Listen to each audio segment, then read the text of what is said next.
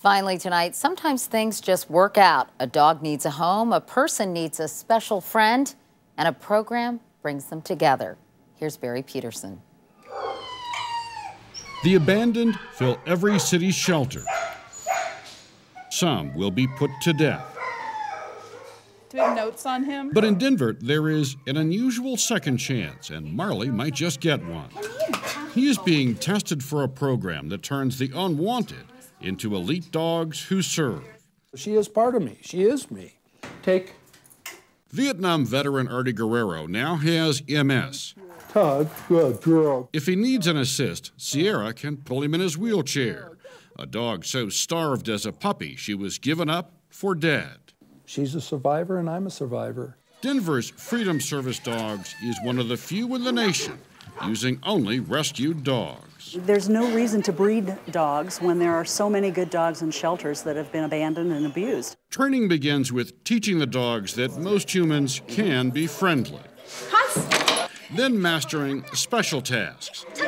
Donations pay the $20,000 for the 9 months of training. So far, more than 150 dogs have graduated and been placed. About 50 people are on the waiting list, hoping for a companion. And if a dog washes out, it gets adopted out. No dog is put to sleep.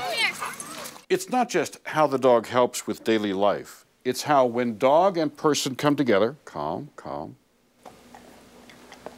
both lives begin changing.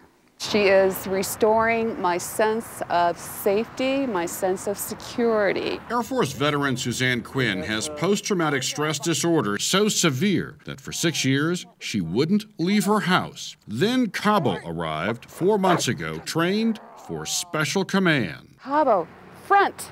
And so she will come into that position to basically give us some space.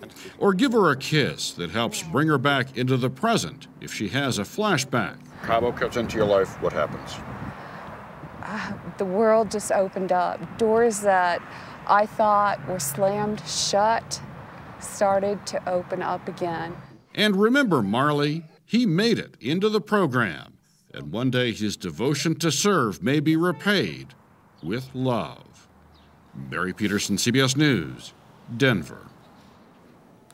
And that's the CBS Evening News for tonight. I'm Couric in New York. Have a great weekend and a happy Easter.